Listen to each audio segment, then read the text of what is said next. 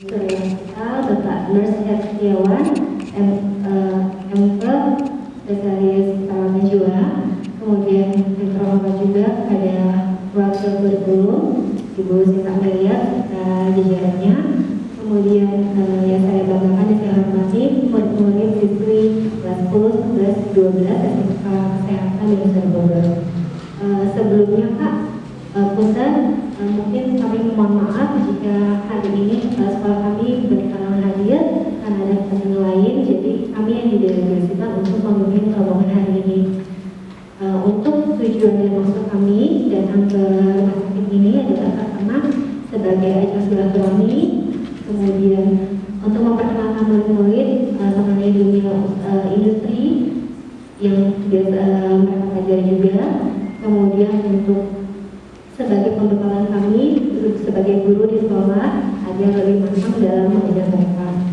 Oke, mungkin sekian pembukaan dari saya. Lebih lanjut dari dia, ya, jadi tipe-tipenya adalah tipe A. Jadi pasien yang datang ke rumah sakit kami biasanya mereka harus mendapatkan rujukan dari puskesmas, dari RSUD juga. Jadi ketika tidak mampu ditangani di RSUD, maka baru akan dirawat di rumah sakit jiwa Magelang.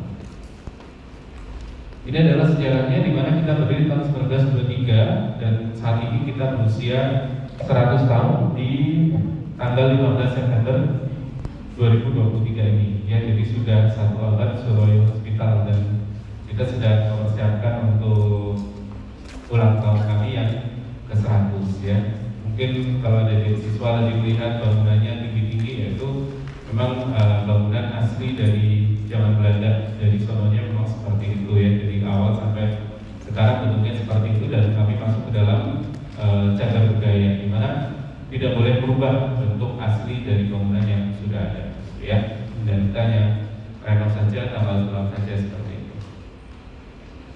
Kemudian namanya adalah dulu Krans Healing Stage ya, artinya dulu adalah rumah sakit jiwa. Kemudian di tahun 2000 kita berubah nama menjadi RSC Profesor Dr. Suryo Magelang hingga sekarang, dan saat ini kita sudah ada branding terbaru dengan nama Surabaya Hospital.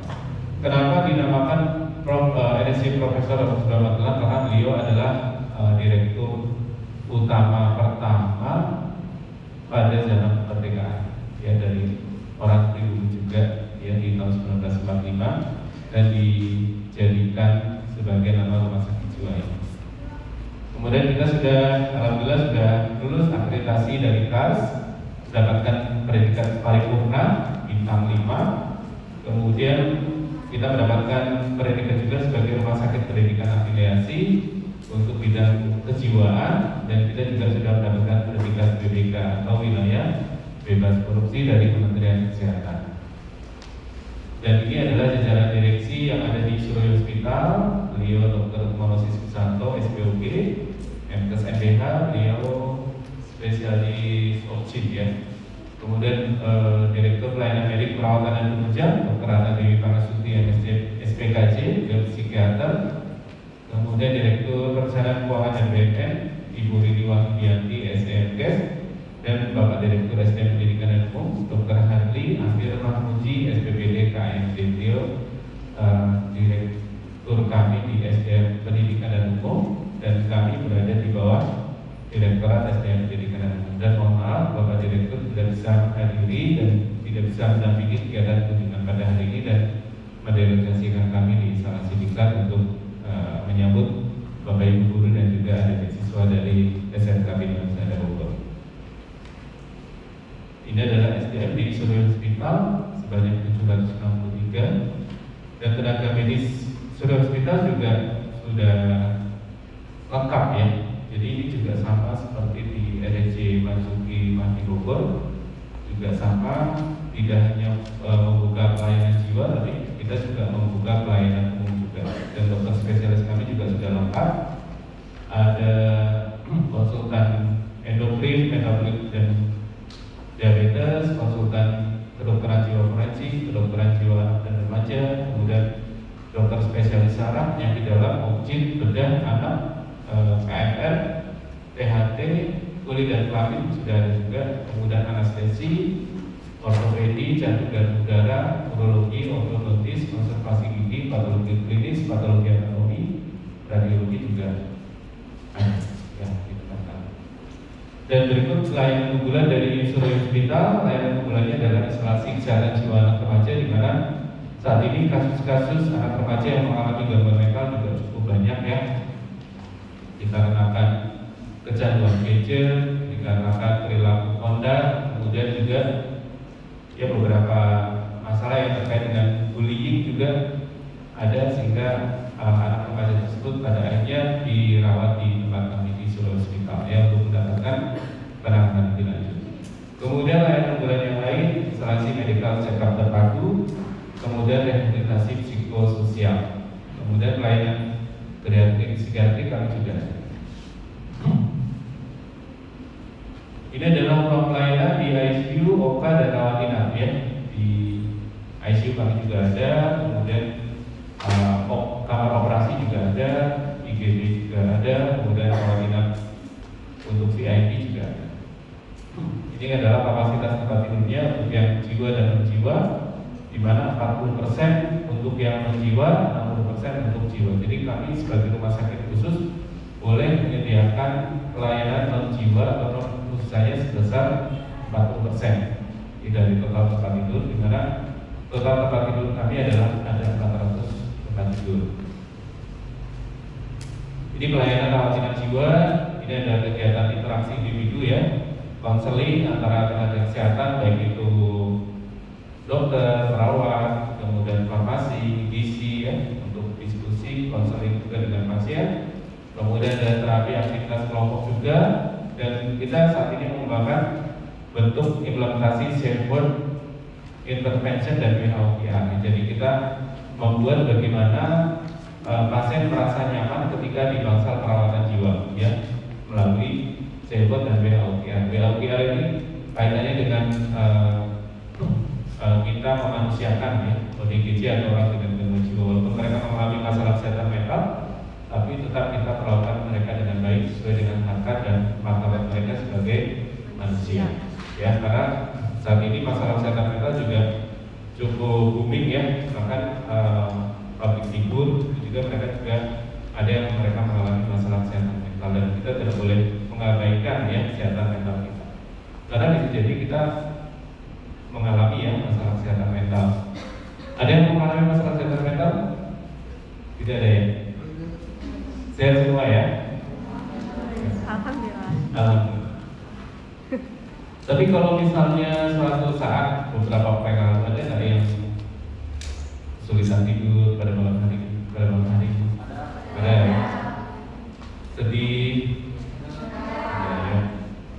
Kalau ujian cemas rasanya gitu, overthinking gitu. Nah itu masalah mental nggak? Iya. Ayo, berarti deh. Ya, karena kalau kita berbicara tentang masalah kesehatan mental itu bicaranya kita rentang ya, ada rentang 0 sampai 100 ya, dan berada di posisi berapa gitu ya. Mungkin bisa jadi kita kadang mengalami masalah kesehatan mental berupa kecemasan, depresi gitu ya, tapi kita harus berusaha agar kecemasan dan depresi itu tidak menjadi semakin berat ya, dengan melakukan beberapa upaya seperti itu ya. Nah ini adalah pelayanan rawat inap non jiwa seperti ini. Kemudian alat tadi juga kami miliki, sudah ada TMS, PMS, stress analyzer, neurofeedback, DERA, EEG brain mapping, echo potensial, ECG, USG, CT scan, panoramik dan lain-lain.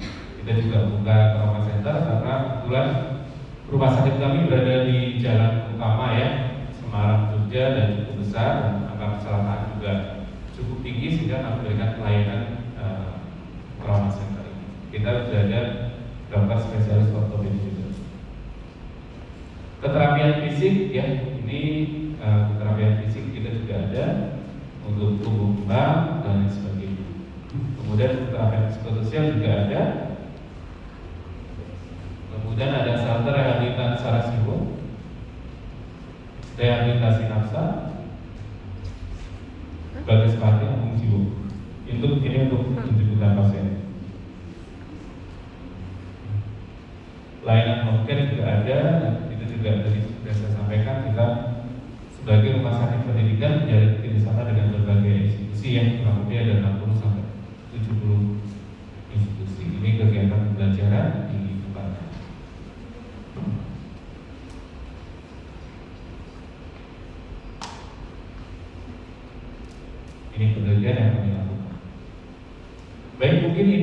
bisa kami sampaikan sebagai pengantar. Apakah ada yang mau ditanyakan atau didiskusikan? Kami persilakan. Bersangkutan dengan mental anak, karena kebetulan saya sebagai siswa juga. Kadang anak-anak yang sudah saya arahkan 1, 2 kali, 3 kali itu apakah ada pengaruh mentalnya gitu ya. Sementara kita sudah memberikan pengarahan-pengarahan yang baik untuk memotivasi anak itu supaya giat belajarnya, disiplinnya, terutama disiplinnya. Ternyata masih ada kesulitan. Entah itu dari apa gitu ya ininya. Dan satu lagi Pak, yang saya, kalau anak-anak pesada nggak ada ya, tapi kebetulan saya mengajar di sekolah lain juga. Kemudian ada anak yang secara fisik dia itu normal gitu, tapi secara IQ dia itu sedikit tidak paham, malahan lemot lah ibaratnya ya, lemot. Dan kalau secara aktivitas untuk belajarnya dia giat, tapi untuk penangkapan dia sangat sulit. Itu yang satu. Yang satu lagi dia fisik bagus, laki-laki malah fisik bagus, tapi dia apa ya, secara mental itu diarahkan agak sedikit sulit. Itu seharusnya itu anak masuk ke sekolah khusus ataupun memang masih bisa masuk ke sekolah umum gitu Pak.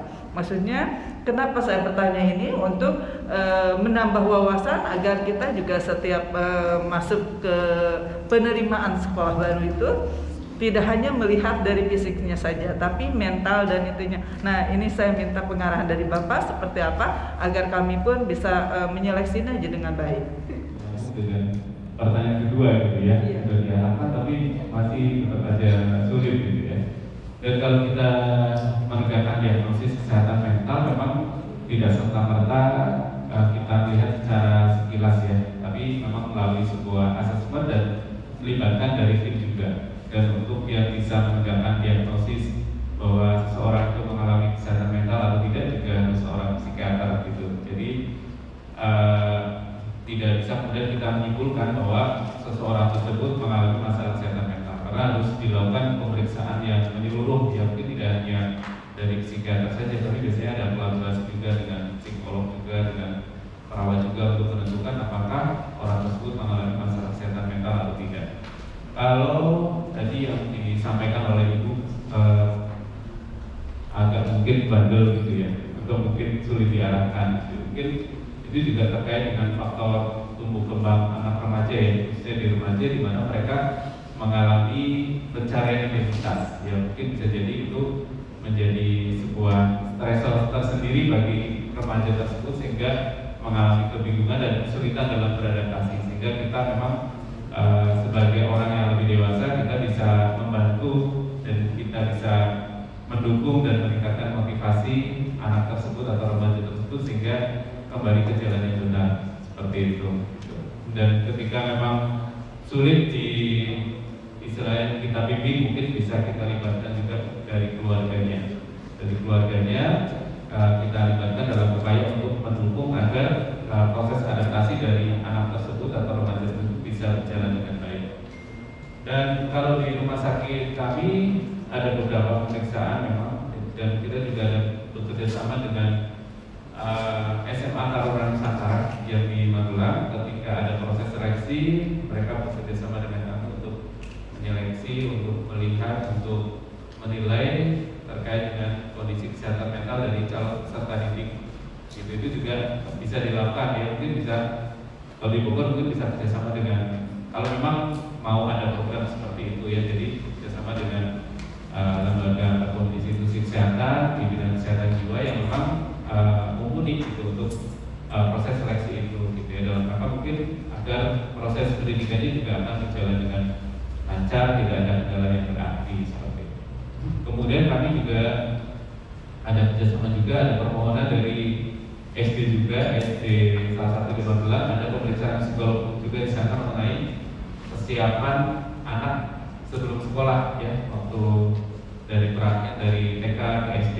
Jadi memang ada tim tersendiri untuk menilai apakah seseorang tersebut sesuai dengan kriterianya untuk masuk ke satu sekolah tertentu. Jadi memang prosesnya agak cukup panjang dan melibatkan pendekatan tim untuk menentukan apakah itu mengalami masalah kesehatan mental atau tidak dalam proses adaptasinya bagaimana. Mungkin itu jawabannya. Itu mau tanya, kan kalau misalkan untuk beberapa remaja zaman sekarang itu pasti kan beberapa terdiagnosa kayak social anxiety. Kayak social anxiety itu apa sih Pak sebenarnya? Apa? Social anxiety. Kayak social anxiety itu penyebabnya apa dari kebanyakan kalangan remaja itu? Terus cara menanggulanginya seperti apa? Saya kayaknya social anxiety deh.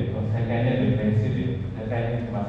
Ya jadi jangan yang melakukan diagnosis yang melakukan diagnosis nanti dari dokter gitu ya, dan hasilnya memang valid gitu ya. Kemudian untuk terkait dengan social anxiety, kalau social anxiety kan ada yang kecemasan ya, kecemasan sosial. Ya, ketika seseorang tersebut itu mengalami ketika berada di lingkungan yang banyak orang, dia mengalami kecemasan. Dia merasa bisa jadi merasa tidak percaya diri, merasa bingung apa yang mau disampaikan, sehingga orang tersebut tidak mau berada di kerumunan orang banyak, dan mereka cenderung untuk menyendiri di rumah, menyendiri di kamar seperti itu, dan memang ada rasa takut ya ketika berkumpul dengan orang banyak. Ya, walaupun terkadang juga alasannya kadang tidak kurang masuk di akal gitu, tapi ya karena memang itu yang membuat orang tersebut menjadi cemas gitu ya. Ada irrational thinking gitu ya. Kemarin juga saya menemui pasien dengan social anxiety gitu ya.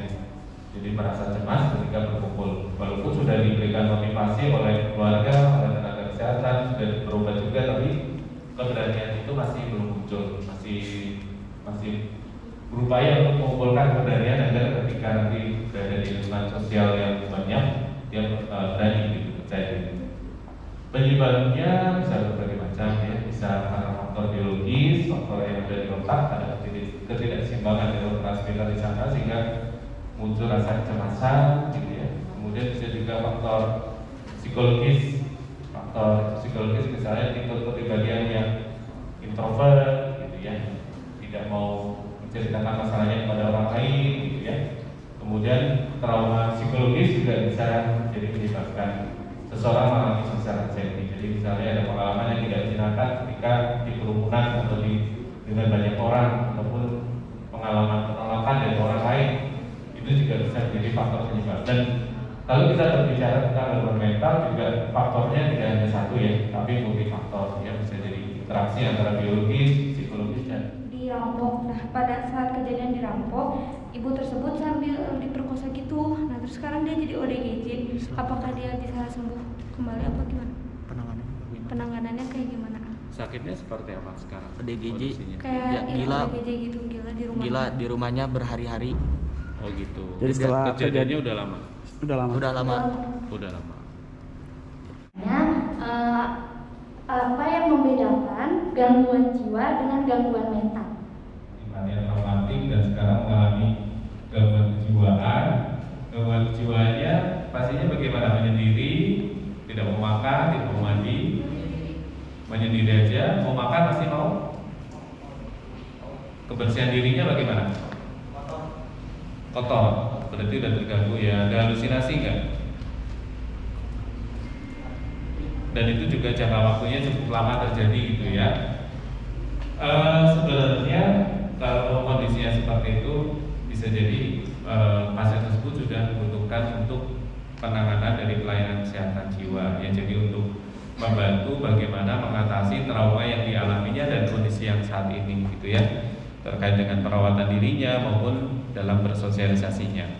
Apakah bisa disembuhkan? Insya Allah bisa disembuhkan. Hanya saja memang tadi harus mendapatkan penanganan lebih lanjut, dalam hal ini mendapatkan pengobatan ya, karena kalau dari ceritanya sepertinya sudah kondisinya sudah agak lama dan sudah agak parah seperti itu ya. Jadi sepertinya memang butuh pengobatan. Jadi kemudian bisa juga pasiennya dibawa ke rumah sakit kalau bersedia, ataupun berobat dulu gitu ya, untuk dilihat kondisi kesehatan mentalnya seberapa parah seperti itu. Jadi kalau kita katakan misalnya pasiennya mengalami gangguan jiwa yang sebentar, pasti penanganannya akan sebentar. Tapi kalau gangguan jiwanya itu sudah lama, sudah bertahun-tahun, sudah menumpuk, itu juga proses pemulihannya juga butuh waktu gitu. Jadi akan sebanding seperti itu.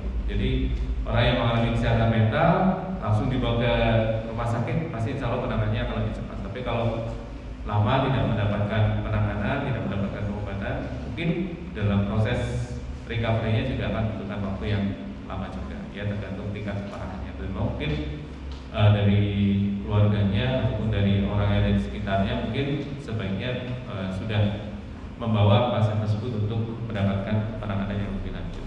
Ya, kalau memang ternyata tidak mengalami gangguan mental yang berat, ya alhamdulillah gitu ya. Tapi kalau memang sudah mengalami gangguan mental kan harus segera diatasi, harus ditangani segera.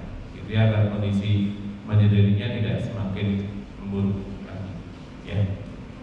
Kemudian kesehatan mental atau kesehatan jiwa, bedanya apa gitu ya? Bedanya sebenarnya sama aja sih, karena kalau bahasa Inggris itu kan mental health ya, mental health. Kalau di bahasa Indonesia kan jadi kesehatan mental atau kesehatan jiwa. Jadi sebenarnya dari kata yang sama. Jadi kesehatan baik itu kesehatan mental, mengalami gangguan jiwa atau gangguan mental itu sama saja, tidak ada bedanya, hanya istilah saja.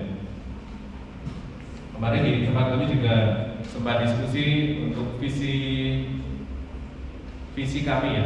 Jadi pusat kesehatan mental terintegratif, kemudian menjadi pusat kesehatan jiwa yang terintegratif. Tapi sebenarnya dari sumber katanya itu artinya sama, tidak ada perbedaan.